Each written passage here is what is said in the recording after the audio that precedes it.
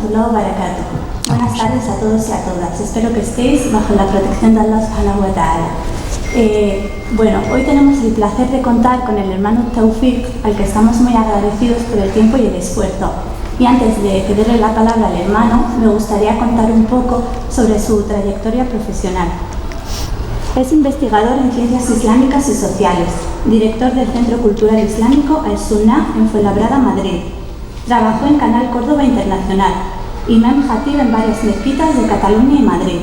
Cuenta con una licenciatura en Sociología por la UNED en curso, diplomado en Ciencias Islámicas por la Universidad Islámica de Medina en Arabia Saudí, diplomado en Islam y Principios Democráticos, diplomado en Islam y Aspectos Sociojurídicos por la UNED, diplomado en Educación Social, fundador de varias entidades culturales y religiosas, miembro activo en asuntos de diálogo interreligioso, conferenciante sobre temas sociológicos y religiosos, invitado a menudo de los medios audiovisuales y escritos.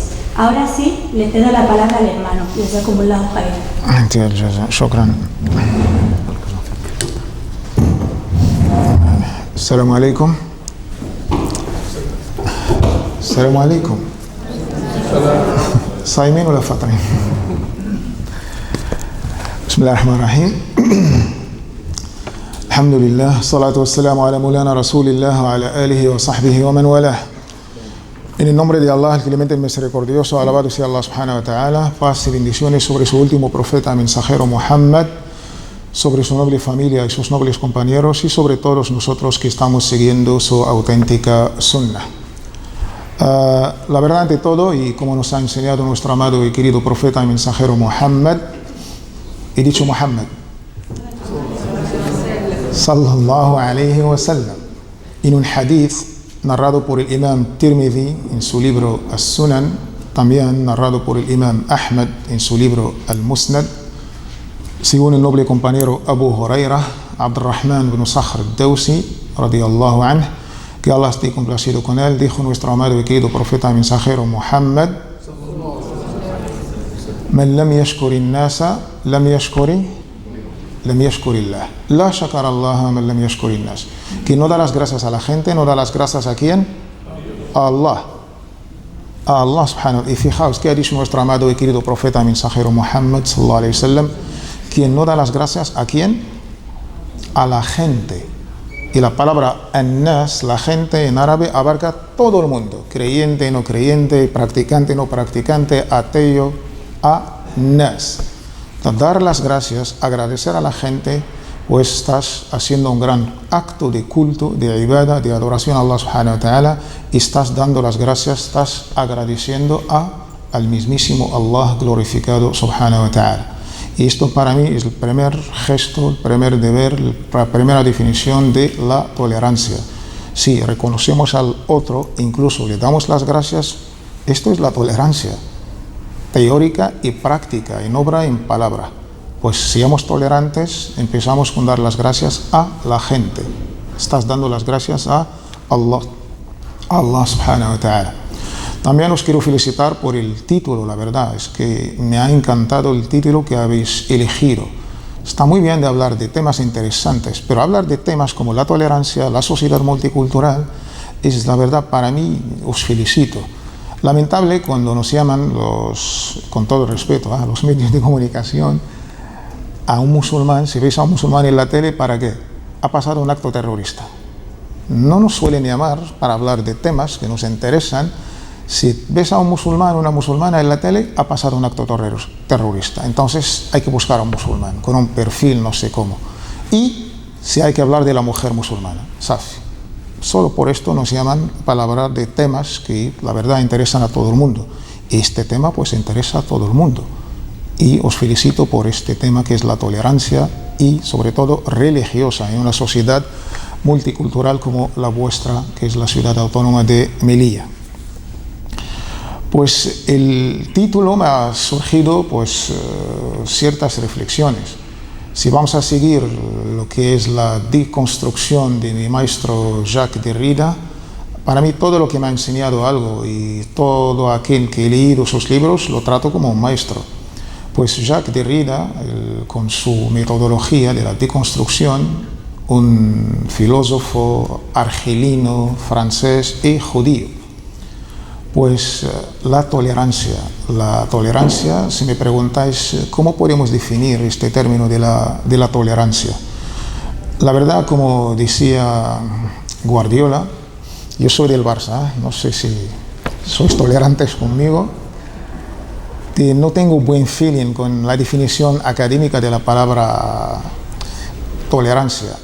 Partiendo desde su origen, desde el latín, tolerancia es aguantar, soportar y quizás aceptar. Y de ahí, si llegamos a la definición que nos da nuestro prestigioso diccionario de la Real Academia, pues está más o menos en la misma línea. Y si vamos a entrar en la evolución histórica del concepto, vamos un poquito en la Edad Media con la Reforma y la Contrarreforma, los protestantes, los católicos, y luego, pues, ¿qué hacemos? Si no aceptamos al otro, si no somos tolerantes, ¿qué soluciones tenemos? Pues la primera era la guerra, por eso hemos tenido estas guerras de religión que hemos estudiado. Los católicos entre protestantes se mataban entre ellos, pero años. O si no hay guerra, pues ¿qué hacemos? Como somos intolerantes y la tolerancia ha desaparecido, pues hacemos como ha hecho, por ejemplo, el rey Henry VIII. Seguramente que sabéis la historia. Pues Henry no estaba a gusto con Catalina de Aragón porque no tenía descendencia, entonces quería divorciarse. Y por ser católico, pues no ha llegado a un acuerdo con el Papa. Y al final, pues ya está, montó su propia religión, por eso tenemos el anglicanismo. Así, causa de, pues, una actitud intolerante. Tampoco no os quiero liar con la paradoja de la intolerancia, que hoy en día está de moda, del gran filósofo inglés polaco Karl Popper. Decía que para garantizar la tolerancia en nuestra sociedad hay que ser intolerante con los intolerantes. Dejamos todo esto y vamos a ver, como decía el otro, yo he venido para hablar de mi libro, Francisco Umbral. Pues como soy musulmán voy a hablar de la tolerancia desde mis creencias, desde mi propia religión, desde mis principios como musulmán. A mí me ha llamado la atención un noble hadith de nuestro amado y querido profeta mensajero Muhammad, la paz sea con él, a la hora de definir incluso todo el Islam. ¿Qué es el Islam? O textualmente, Ahabbul Adyan, ¿cuál es la religión más amada por Allah subhanahu wa ta'ala? ¿Sabéis qué ha dicho nuestro amado y querido profeta mensajero Muhammad sallallahu alaihi wasallam? La religión más amada por Allah es al-Hanifiyatu Samha. ¿Cuál es la religión más amada por Allah? Es aquella. Hanifiyah en árabe significa se inclina de la falsedad, entonces es la verdadera. Pero as-Samha es la tolerante, la tolerancia. Entonces, la tolerancia es el Islam. ¿Qué es el Islam? Mensajero de Allah, Muhammad nos ha dado una definición excelente. La tolerancia es la religión de Allah, o incluso la más amada por Allah. En otro hadith de nuestro amado y querido profeta, mensajero Muhammad, la paz sea con él, definió el imán. ¿Qué es el imán? La fe, las creencias. Dijo, al-imanu as-sabru was-samaha. La fe, tener fe, ¿qué significa? Pues tener paciencia es ser tolerante. Entonces, el imán es la tolerancia, el Islam es tolerancia. ¿Qué mejor definición que esta? Para dar incluso de todo lo que es los preceptos islámicos. Por eso, la verdad, me ha llamado bastante este bellísimo hadith. En nuestro contexto occidental, ya a partir del siglo XVII, como bien he dicho antes, como consecuencia de las guerras, la reforma, la contrarreforma, la situación de los judíos aquí en Occidente, pues hacía falta hablar de un término que estaba, la verdad, totalmente ausente. Por eso grandes filósofos como John Stuart Mill, John Locke, Leibniz, Voltaire, pues tenían que escribir, tenían que hablar, tenían que inventar algo para salir de este callejón sin salida donde la religión cristiana medieval llegó pues incluso a matarse entre ellos. Por eso ya tenemos la Carta de la Tolerancia que hemos estudiado y hoy en día pues ya tan importante, tan nos hace falta esta tolerancia hasta que la propia ONU ha hecho todo un Día Internacional de la Tolerancia. Cada 16 de noviembre se celebra el Día Internacional de la Tolerancia. para ver qué importancia tiene y qué necesidad para reivindicar este valor que para mí es universal. Ya no es de los occidentales o orientales, o moros o cristianos, o payos o gitanos, sino para mí es un valor universal que debemos reivindicar todos y cada uno de nosotros.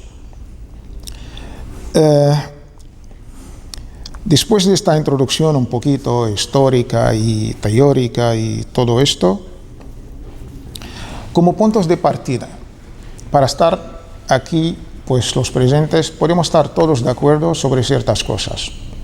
Cuando hablamos de una sociedad multicultural, ya sabemos que el término multiculturalismo no es de moda, ha sido criticado por políticos, y como vengo de la sociología, pues ahora mismo estamos utilizando el término del interculturalismo, una sociedad intercultural, no una sociedad multicultural. Pero la verdad, para mí no veo gran diferencia. ¿Cuál es la diferencia entre multicultural o intercultural? Para mí lo más importante es el contenido. En nuestra jurisprudencia islámica tenemos una máxima que se...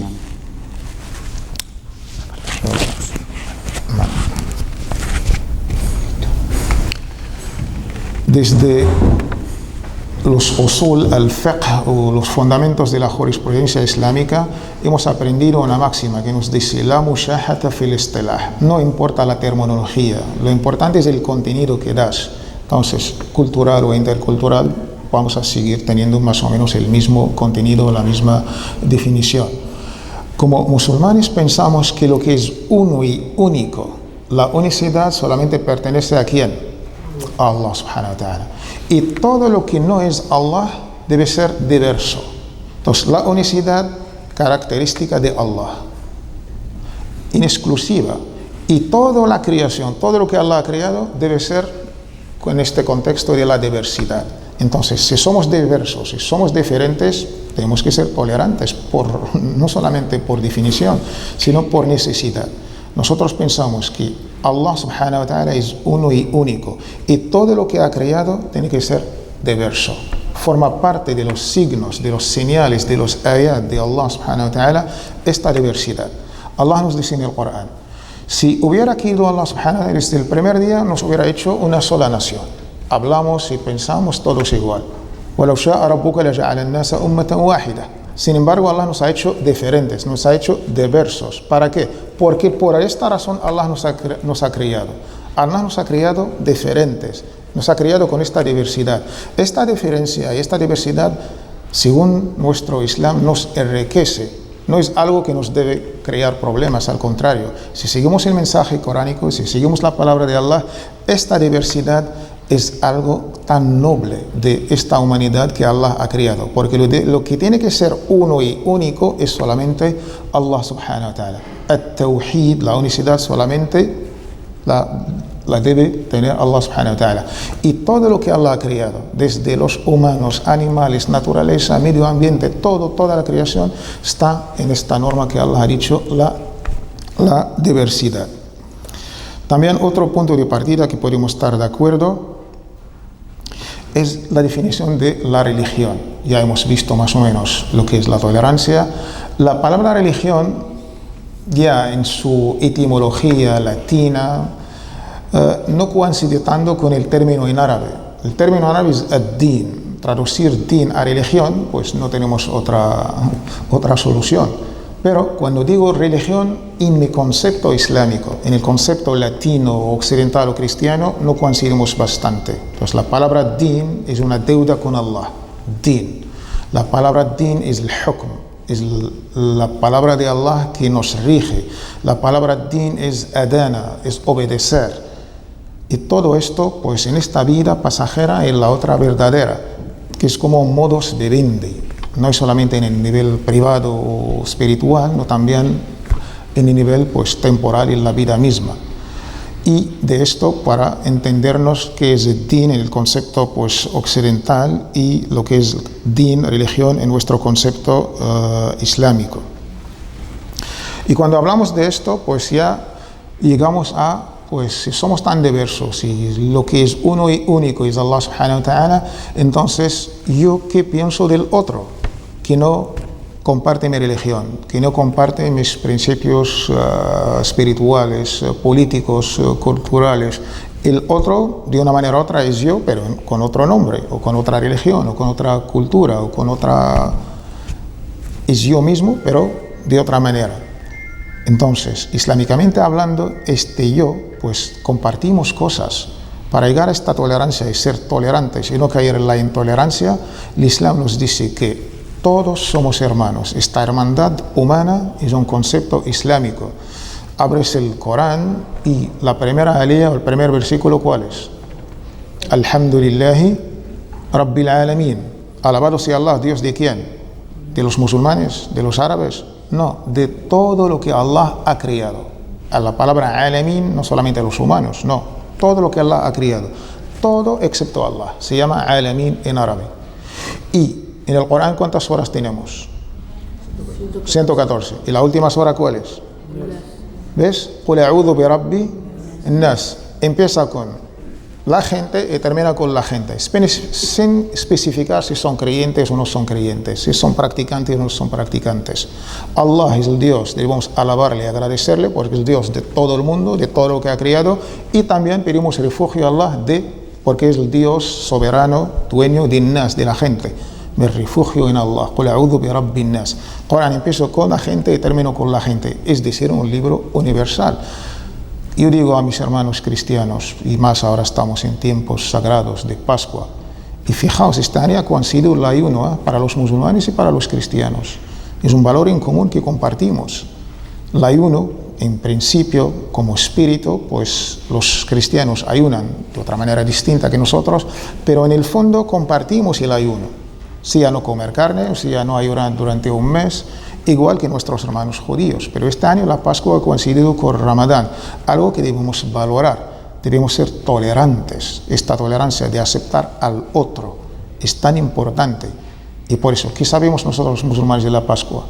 ¿Qué sabemos? Solamente la parte folclórica, gastronómica, lúdica, Semana Santa, vacaciones. No, Semana Santa es algo tan sagrado para los cristianos junto con la Navidad. Quizás la Navidad somos más integrados los musulmanes, porque se trata de un profeta para nosotros, Isa, Jesús.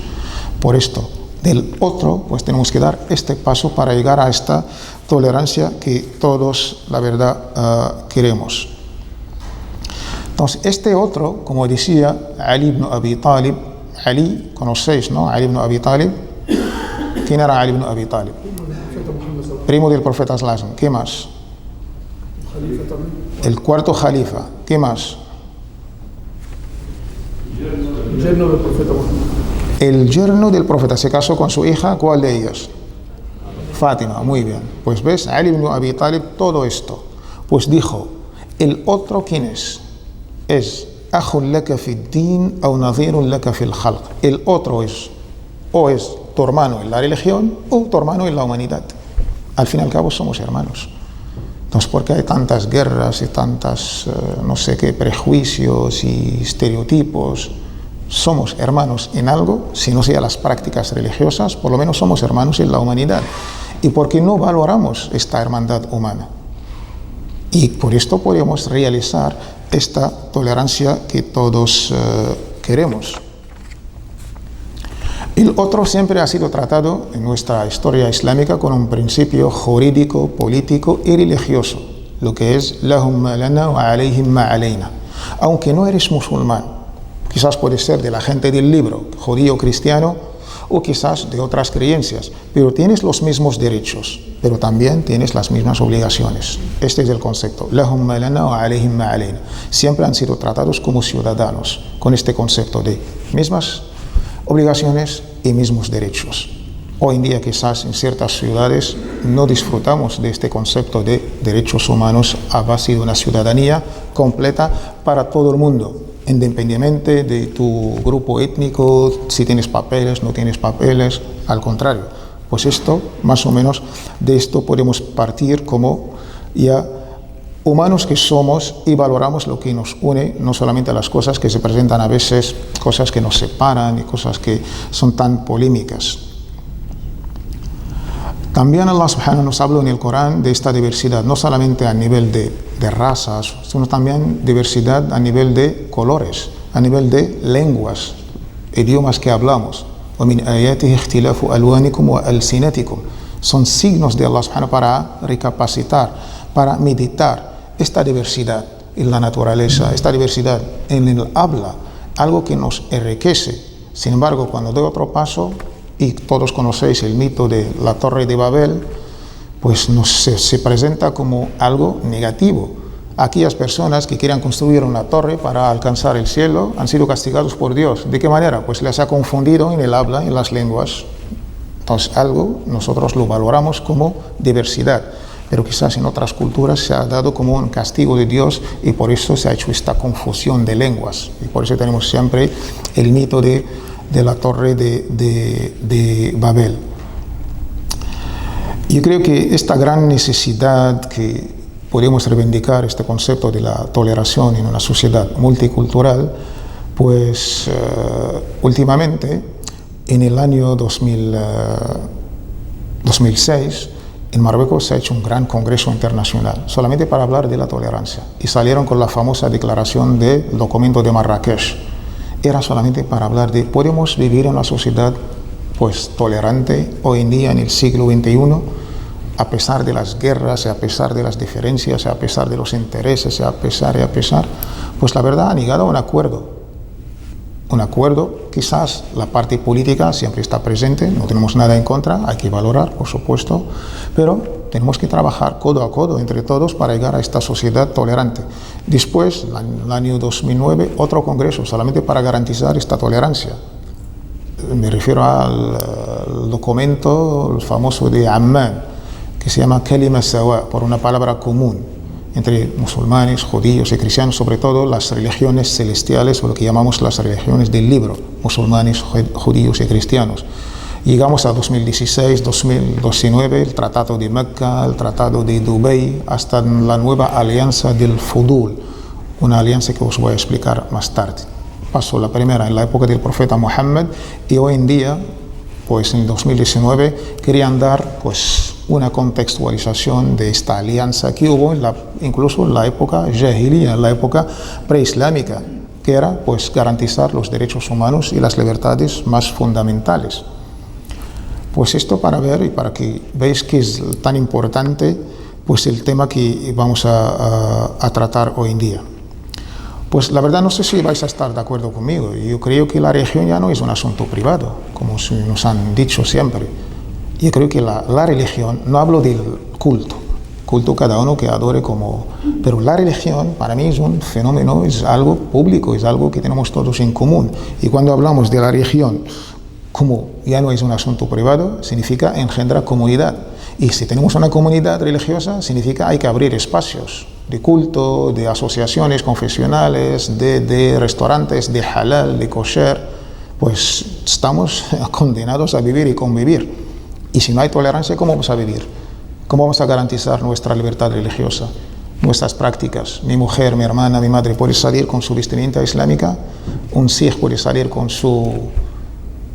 Si no hay tolerancia, nosotros aquí en nuestro contexto español teníamos que sufrir pues una guerra civil y teníamos que esperar hasta 1978 para que por primera vez en la historia de toda España podemos saborear lo que es la tolerancia y sobre todo religiosa. Imaginaos que en el famoso encuentro se sienta aquí pues Santiago Carrillo, representante de los comunistas, de los rojos, y por aquí Adolfo Suárez, representante de la derecha. Si no hay tolerancia, si no han tolerado cada uno al otro, pues ¿qué? Nos quedamos otra guerra y civil y sangre y muerte. Y también estaba presente el tercero, que no sé por qué no se habla. Cuando viene al puente de la Constitución cada año, pues sí, se reivindica el papel de la Constitución, de los padres de la Constitución, y se menciona a Adolfo Suárez, y se menciona a Santiago Carrillo, pero nadie habla de la religión. La religión estaba presente. ¿Conocéis al Monseñor Tarrancón? Tarrancón y su papel, porque la iglesia era fuerte, la iglesia con la derecha, y por otro lado teníamos los rojos, o la izquierda, o los anarquistas. Estaba presente con este acuerdo, con esta tolerancia por parte de la Iglesia, en este caso la religión, esta tolerancia religiosa, y por la otra parte, pues las dos Españas. Y esto es importantísimo. ¿Veis la tolerancia religiosa, el gran papel que ha jugado la Iglesia Católica y la Conferencia Episcopal, y sobre todo este gran personaje que era el Monseñor Cardenal de Valencia, Tarrancón, y es digno de no olvidar a este gran personaje. No solamente pues, se presente pues, la foto por un ángulo, sino tener que ver la foto o el cuadro desde todos los ángulos. Y vale la pena reivindicar el papel de la Legión para llegar a esta tolerancia, para llegar a esta transición, para llegar a esta Carta Magna que todos disfrutamos, que es la Constitución del 78. Pues, entonces, la pregunta, después de todo esto, siempre hemos escuchado que todos somos iguales. Y muy bien, guay. Pero para mí la pregunta correcta, ¿cuál es? O mejor dicho, ¿cuál es el gran reto o el gran desafío? ¿Podemos aceptar nuestras diferencias? Somos diferentes. Sí, está bien que somos iguales, pero cuesta aceptar que también somos diferentes. ¿Aceptaremos nuestras diferencias de culto, de religión, Este es el reto. Esto es lo que tenemos que inculcar a nuestros hijos. Hace tiempo la música de siempre, somos iguales, está muy bien, pero la igualdad dentro de la justicia. La igualdad se nos ha vendido dentro de un concepto que pertenece a cierta ideología en concreto. Si ahora mismo os digo, mira, buena gente que sois de Melilla, os voy a regalar una camiseta a todos. ¿Hay igualdad o no hay igualdad? Camiseta para todos. Igualdad, no un vestido, camiseta, no. Igual os digo, mira, os voy a regalar una camiseta, pero talla S, para todos. ¿Bien o mal? ¿Pero no me has dicho que igualdad para todos? Entonces justicia. ¿Ves? Igualdad está muy bien, pero si no tiene justicia, puede ser injusto. Para mí la talla S no me entra. A unos sí, para otros no. Por eso hay que corregir ciertos conceptos que siempre, pues, hemos estudiado o nos han inculcado de una manera u otra. Vamos a hablar de la tolerancia, pero desde otro enfoque, pero esta vez práctico. Nuestro amado y querido profeta mensajero Muhammad, la paz sea con él, cuando emigró de Mecca al Medina, lo que se llama la hijra. Al-hijra es una palabra castellana, ya está en el diccionario y todo. Entonces, y con esto, ya sabéis, empieza nuestro calendario. Nuestros hermanos cristianos, pues desde el nacimiento de Jesús, la paz sea con él. Y nosotros, nuestro calendario empieza ¿con qué? Con la hijra. Ahora, ¿en qué año estamos ahora? 1443. Muy bien, 1443 a partir de la hijra, Para mí no son solamente números, no, es mucho más. La hijra es un estado de mente, state of mind, es vida que llevamos. El profeta ha emigrado de un espacio a otro, de Mecca al Medina, unos 500 kilómetros. Pero tú también tienes que emigrar, tú también tienes que hacer tu propia hijra. A mí me hubiera encantado estar presente con el profeta y emigrar y defenderle, pero ya no, ya 15 siglos. Pero no, todavía tenemos el derecho y tenemos también la virtud de hacer tu propia hijra. ¿Cómo? Como ha dicho el profeta Muhammad sallallahu alaihi wasallam, al-muhajiru man hajara ma naha Allahu anhu. ¿Sabes quién es el inmigrante? No solamente aquel que emigró con el profeta, no, aquel que abandona todo lo que Allah ha prohibido todo lo que Allah ha permitido, pues has hecho tu propia hijra. Tienes que hacer un cambio dentro de ti para ser mejor persona, abandonar la mala persona que eres a la buena persona, el mal ciudadano al buen ciudadano, el mal padre al buen padre. Y esto es hacer tu hijra. Y ya han pasado 1443 y todavía tenemos tiempo, inshallah. Esto es la hijra. Pues cuando emigró nuestro amado y querido profeta y mensajero Muhammad de Mecca al Medina, ¿qué era la primera cosa que ha hecho? Exacto. Ha construido la mezquita, la casa de Allah. ¿Pero tenía su propia casa en el Medina? ¿Dónde dormía entonces? ¿Ha pensado en la casa de Allah? ¿No ha pensado en su propia casa? ¿Y dónde van sus hijas y sus hijos? Sus hijos ya estaban muertos, pero sus hijas sí.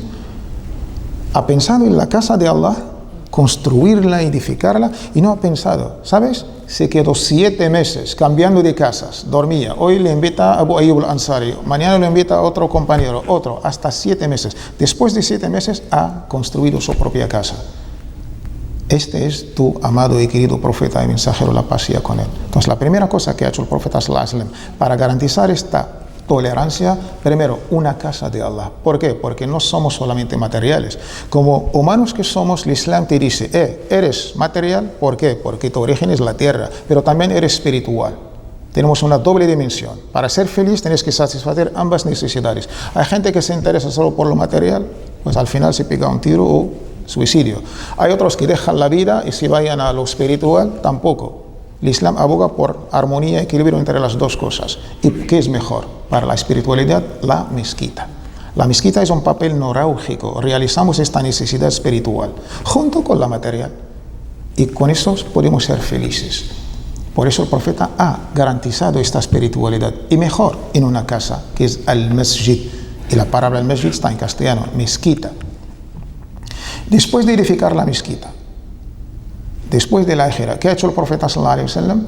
Ya hemos emigrado de Mecca al Medina, nos hemos instalado sociedad nueva, valores nuevos. Entonces, para tener éxito y para ser felices en esta vida pasajera, ¿qué ha hecho el profeta Muhammad sallallahu alaihi wasallam? Hermandad, muy bien. Ha hermanado entre dos tipos de gente para llegar a ser tolerantes unos con el otros. ¿Por qué? Porque la tolerancia no es solamente un valor abstracto en tu cabeza, no, sino que se vive y se practica. Ha hermanado entre los muhajirin y los ansar. Los muhajirin son los inmigrantes que vinieron desde Mecca y los ansar son los anfitriones, la propia gente de Medina. Pero unos y otros, aunque son musulmanes, pero había cierta intolerancia entre los dos. ¿En qué sentido? Porque unos venían de Mecca y Mecca, pues la cultura, la sociedad, la mentalidad, la economía se basa sobre ¿qué? Se basa sobre ilafi Qurayshin ilafihim rihlat ash-shita'i al Yemen o al-Sayf a Siria. La Quraysh, la cultura era de comerciantes, de businessmen, de gente que se dedicaba al comercio y tenían dos viajes con las caravanas durante el invierno y durante el verano. Durante el invierno iban a lo que es hoy Yemen y al verano a lo que es hoy Siria. Y los del Medina no, eran gente, sí, musulmanes, pero la economía, la cultura, la mentalidad se basaba sobre la agricultura. Pues un comerciante y un agricultor, poco, mucho tenían en común. Por eso el profeta tenía que hermanar entre ellos. Unos comerciantes, caravanas, dos viajes. Y sabes, todavía tenemos estos dos viajes hoy en día. ¿Sí o no? Los árabes, Quraysh, se dedicaban al business, al comercio. En verano iban a Siria y en invierno iban al Yemen. Estos dos viajes yo los llamo las rebajas del invierno y las rebajas del verano. Pues lo mismo. Vamos corriendo y vamos. Que esta cultura de consumir ya no es algo nuevo, no es algo del capitalismo, no, es algo que ya existía desde ya, incluso en la época del Jahiliya o la época preislámica. Entonces el profeta emigró de Mecca al Medina, fundar una sociedad tolerante. ¿A base de qué? Primero, ha construido la mezquita. Dos, ha hermanado entre los muhajirin, los inmigrantes, y los ansar. Y después, ¿qué ha hecho el profeta sallallahu alaihi wasallam? Ha hecho lo más, la verdad, curioso. Exacto. Ha redactado una constitución. Wathiqat al-Medina, Dustur al-Medina, Sahifat al-Medina. Esto para mí es la primera constitución en la historia de la humanidad. Yo estudio sociología, estudiamos política, una constitución, políticamente hablando. No me habláis del código de Hammurabi, asirios y caldanios, no me habláis de las leyes del emperador romano Justiniano, pero una constitución, tierra, poder y pueblo, la primera en la historia de la humanidad es la constitución de Al-Medina al-Munawwara, 52 artículos. Yo, Muhammad, el presidente del Estado, capital Al-Medina, el pueblo, la gente habitante del Medina, la tierra, y entonces tenemos que organizarnos para ser tolerantes entre todos, si no nos matamos.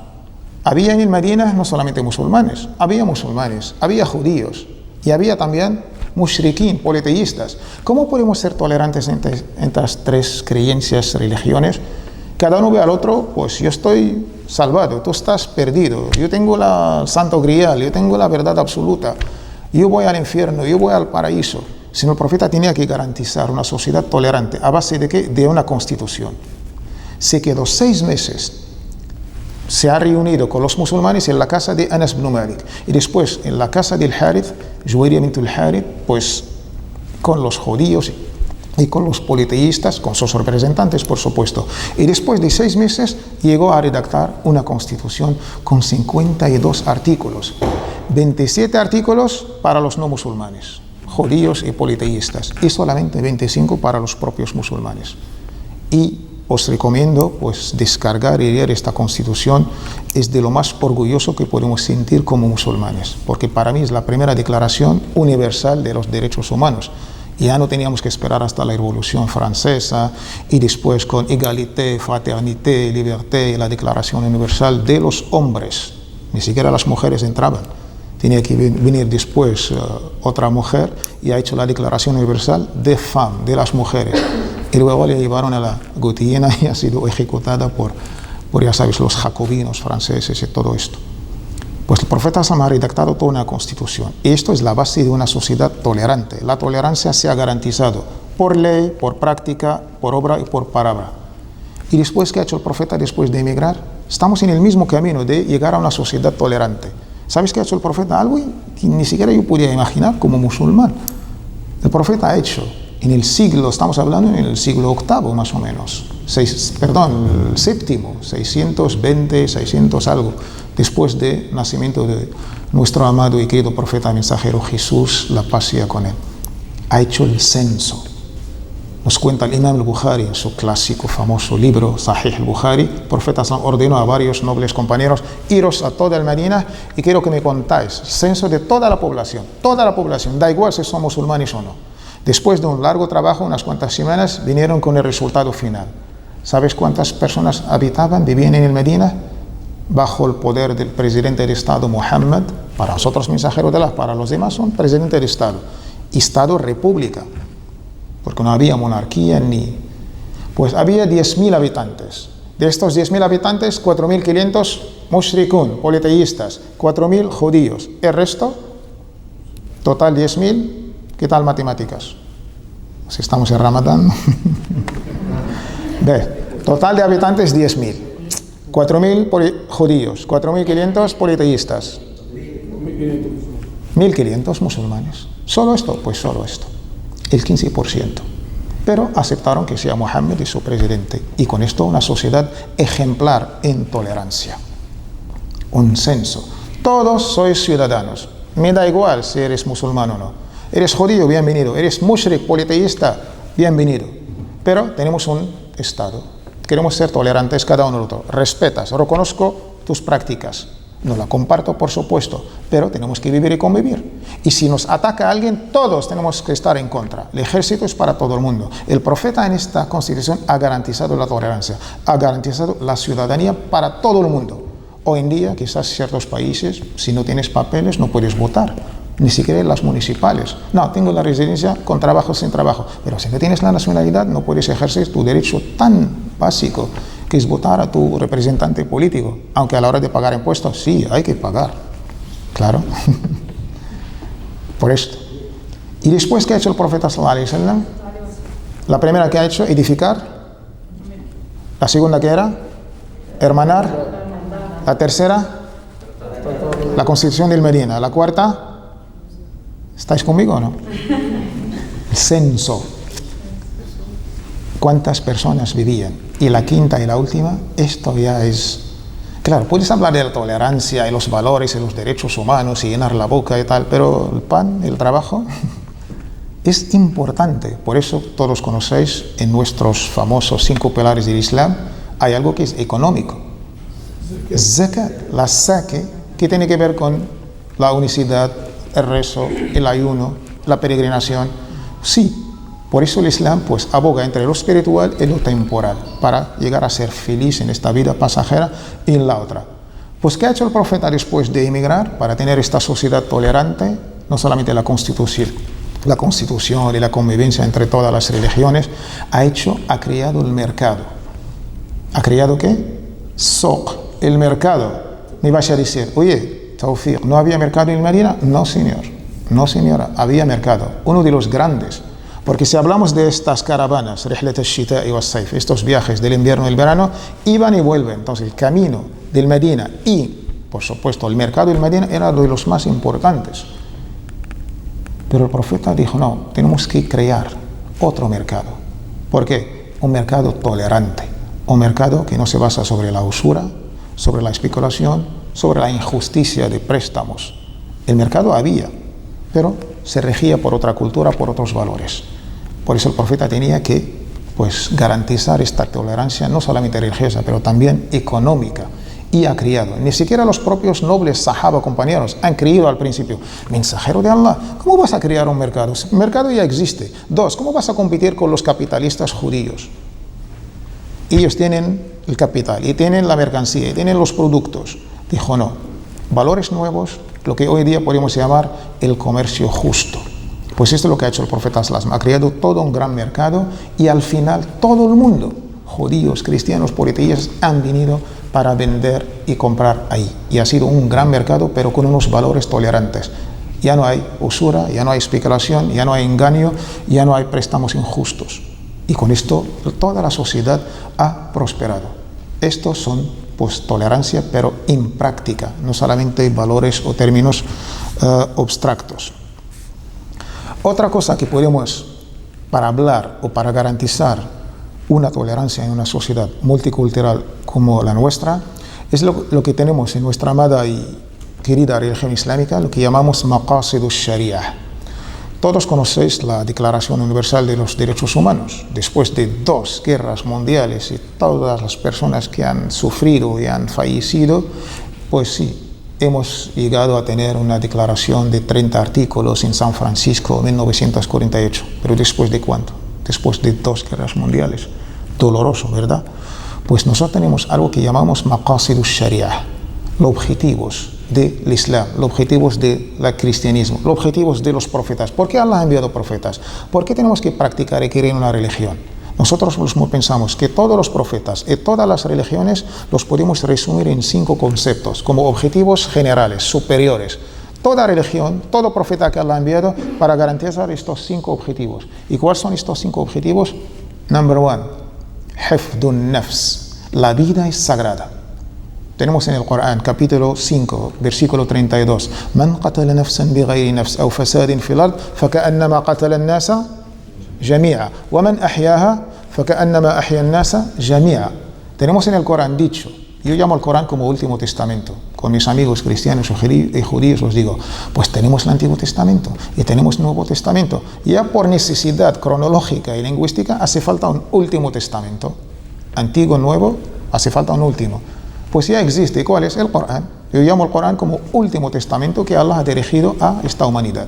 Pues en este último testamento, capítulo 5, versículo 32, ¿qué nos dice Allah subhanahu wa ta'ala? Quien mata a una vida, a un ser humano, es como si hubiera matado a la humanidad entera. Y quien salva una vida, es como si hubiera salvado a la humanidad entera. Toda esta gente que veis chiflada y mata en nombre de Dios o de Allah, pues no tiene nada que ver ni con el Islam, ni con el Corán, no sé. Entonces, el primer objetivo que tiene que garantizar cualquier religión es la vida, porque la vida lo ha hecho sagrada. Sagrada, sagrada, sagrada. Después, el segundo objetivo del Islam, de todas las religiones, y este concepto de lo que son los objetivos de Sharia ha sido elaborado por en español. Si de verdad somos tolerantes, ¿por qué no reivindicamos nuestro pasado español glorioso? Por ser islámico no hablamos. Yo antes decía a la televisión, pues de este pasado nuestro, de todos nosotros, da igual si eres musulmán o payo, gitano, los reyes católicos, no sé, es nuestro. Yo pregunto a mis amigos, oye, ¿qué significa ser español? No, ser español te cierran el cuarteto griego, romano, judío, cristiano. ¿Y por qué no musulmán? No solamente por el arraigo histórico, más de 8, 9, 10 siglos, no, por muchísimas cosas. Cuando hablo estoy hablando árabe. Y por la gastronomía, y por. Lamentable en los libros de texto de mis hijos, de vuestros hijos, de nuestros hijos, ¿cuántas páginas se dedican a todo esto? Si hablamos de Averroes, ya está. Pero ¿quién conoce a Ibn al-Arabi, Ibn Zaydun, Wallada, Ibn Hazm? Y cuando hablamos de la filosofía presocrática moderna, porque es occidental. Grecia y París y Jean Descartes, René Descartes y Sócrates, Platón y Aristóteles. Y entre Atenas y París no había filosofía, claro que había, pero persona musulmana no se menciona. Y en vuestros libros de texto de vuestros hijos, preguntar y fijaos, ciencias sociales, historia, filosofía, cuántas líneas, cuántas páginas se ha dedicado a este nuestro pasado glorioso. Es lamentable la verdad. Por eso, para ser tolerantes, pues tenemos que reivindicar todo esto, la verdad.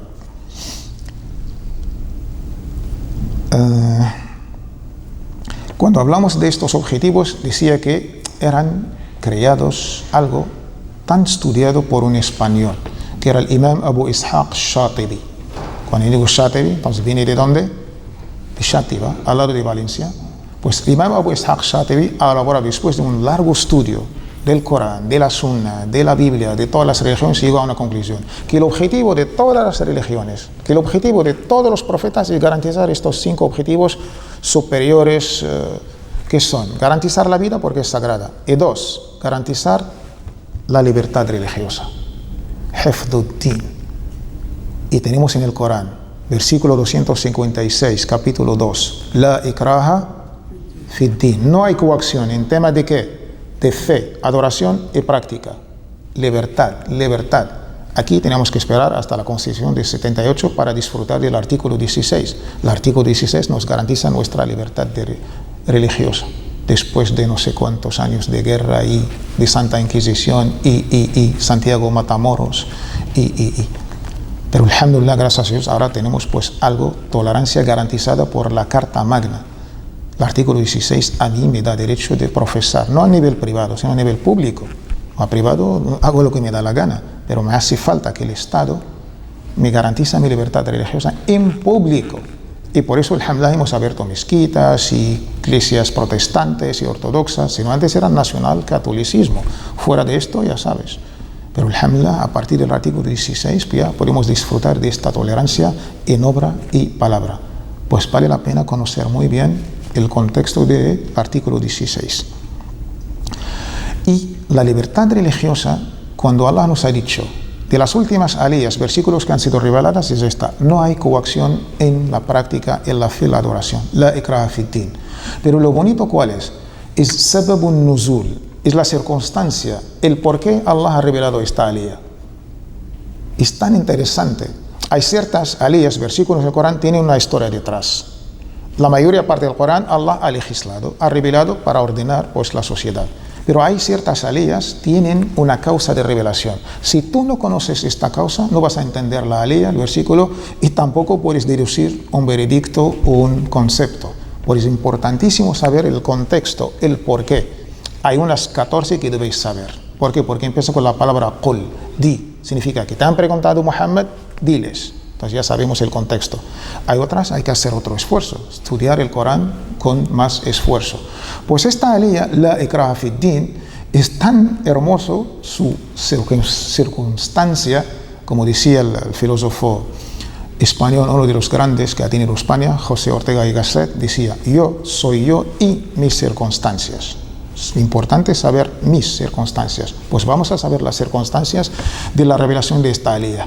Hemos dicho, cuando emigró nuestro profeta mensajero de Meca al Medina, se cambió todo, un antes, un después. Antes de la llegada de Muhammad, la gente, los árabes, convivían y vivían con las tribus judías. Los judíos, ya sabemos, una religión celestial, profeta Moisés, la paz sea con él, la Torá, la Biblia, el Antiguo Testamento, pero los árabes vivían y convivían con ellos, pero en su mayoría eran politeístas, eran paganos, eran idolatras, pero con la medicina casi estaba, pues sus niños, sus hijos morían. Entonces iban, se dirigían a los judíos porque eran sabios y tenían cultura avanzada y les decían: oye, ¿cómo podemos salvar a nuestros hijos? Una mujer desesperada al tener un hijo y después muere rápidamente, está pues a aceptar lo que haga falta para que su hijo se mantenga vivo. Pues esos judíos les decían: mira, si quieres tu hijo viva, te voy a curar, te voy a hacer unos no sé qué, pero con la condición de que tu hijo sea judío.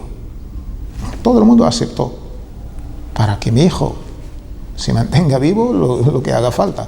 Entonces, se creó una gran parte de la sociedad medinense judía, pero no judía, sabemos que el judaísmo es materno, por descendencia de madre. Si tu padre es judío, no eres judío, tu madre tiene que ser judía. El judaísmo es una religión cerrada, no invita a los demás, como el cristianismo o el islam, no. El judaísmo se mantiene por descendencia biológica, por vía materna, nada más. Por eso, pues estos grandes árabes que antes sus padres son idólatras, se han convertido al judaísmo. Y después, cuando llegó el profeta, estos árabes aceptaron el islam, pero sus hijos ya estaban judíos. Entonces, ¿qué hacíamos? Vinieron al profeta y dijeron, mensaje de Allah, nuestros hijos ya, nosotros pensamos que el islam es la salvación, para nosotros es la verdad, pero nuestros hijos son judíos, ¿qué hacemos con ellos? Entonces, la respuesta vino desde lo más alto, desde el séptimo cielo. Allah envió al arcángel Gabriel, dile, la ikraha fi ddin, no hay coacción en la fe. Si quieren ser judíos, si quieren ser musulmanes, وَقُلِ الْحَقُّ مِنْ رَبِّكُمْ فَمَنْ شَاءَ فَلْيُؤْمِنْ وَمَنْ شَاءَ فَلْيَكْفُرْ. Di la verdad de tu Señor. Quien cree creer, que sea creyente, y quien no quiere creer, pues tampoco.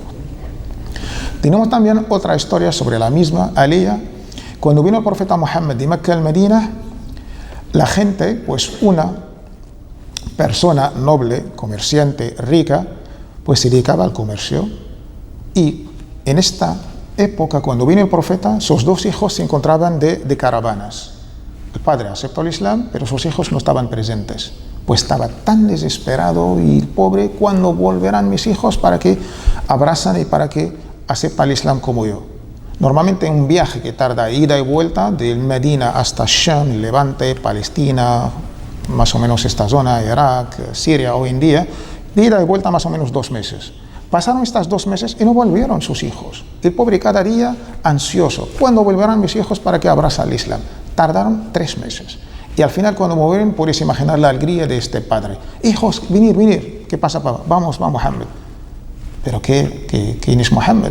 No, Muhammad es el mensajero de Allah y vino y emigró y no sé qué. ¿Y para qué queremos verle? No, tenéis que aceptar el Islam, tenéis que ser musulmanes. Los hijos, papá, es que estamos cansados, danos un poco de tiempo, queremos ducharnos, queremos un poco. Vale, mañana. Vino un día mañana. Hijos, vamos. Papá, es que todavía no hemos descansado, estamos, la verdad. Mañana. El día siguiente, lo mismo. El día 3 días el padre ya estaba ya. Ya estaba el pobre. No, tenéis que ir ya. Y además los mando, digo yo. Ya sabéis la cultura. Y al final los hijos no han tenido más remedio que confesar. Papá, ¿sabes que normalmente el viaje no suele tardar más de 2 meses? Y esta vez hemos tardado. ¿Y sabes por qué? No, hijo, la verdad es que no sé por qué. Papá, nos hemos hecho cristianos. Ah, amigo mío, por eso de duchar y cansados. Papá, no vamos a dejar el cristianismo. ¿Tú estás contento con tu Islam? Muy bien, nosotros estamos contentos con nuestro cristianismo. Somos cristianos, hemos abrazado el cristiano, hemos dejado la idolatría y lo sentimos, papá. El padre puede estar y meteros en su piel. Estaba el pobre ya que no. Se ha dirigido directamente al profeta a quejarse. Mensajero de Allah, ¿qué hago con mis hijos? Mis hijos no quieren abrazar el Islam. Y la respuesta, ¿qué hacer con mis hijos? Vino desde el séptimo cielo. Allah envió al arcángel Gabriel, la ikraha fi ddin. Diles, la ikraha fi ddin. No hay coacción en temas de fe, de creencia, de práctica o de adoración. Y de esto se trata el Islam. Entonces, los 5 objetivos que son: la vida es sagrada, garantizar la libertad religiosa y hifdhul aql. La inteligencia es un objetivo islámico, es un objetivo de todas las religiones han venido para garantizar nuestro intelecto. Nada de drogas, nada de borracheras, nada. Entonces, hifdhul aql, esta libertad de conciencia, es un objetivo islámico. El Islam trabaja para garantizar que nadie te manipule, que nadie te haga el lavado de cerebro. Pues hifdhul aql, garantizar este intelecto, esta inteligencia, es uno de los 5 grandes objetivos de la Sharia islámica. Y después tenemos el cuarto, ¿cuál es? Hifdhul mal, la economía, los bienes, forma parte del din, de la religión en Islam. Porque toda la religión y toda la espiritualidad, y no hay trabajo, no hay dinero, ¿cómo vamos a adorar a Allah? Primero quiero comer, quiero trabajar. Sin trabajo y con hambre, ¿cómo voy a rezar? ¿Cómo voy a adorar a Allah subhanahu wa ta'ala? Hasta nuestro imam Ali ibn Abi Talib dijo que cada el faqru an yakuna kufra. Él trataba a la pobreza como, no sé, como algo tan tan fuerte como ya algo de ser infiel o dejar de ser musulmán. Y por eso ves, cuando hablamos de la economía es tan importante, y sobre todo cuando se trata de una economía tolerante y justa. Y por último, el 5 objetivo de estos maqasid sharia, hifdhu al-aila, esta institución que llamamos la familia. Esta institución que está en la familia es un objetivo del Islam, y un objetivo de cualquier persona con su sano juicio. Hoy la familia está atacada. Este valor que es esta institución, la familia, pues la tenemos que preservar y proteger entre todos, creyentes, no creyentes, porque esta institución tan sagrada para todo el mundo hoy está sufriendo bastantes ataques y la tenemos que mantener y proteger entre todos. Esto más o menos es lo que son los 5 objetivos del Islam. Y para ya no entretenernos mucho más, voy a parar aquí, y si hay cualquier pregunta, si hay cualquier cosa, pues entre todos podemos aprender la verdad. Pues gracias por vuestra paciencia, me habéis aguantado con el Ramadán y con el ayuno. Muchísimas gracias y barakallahu fikum.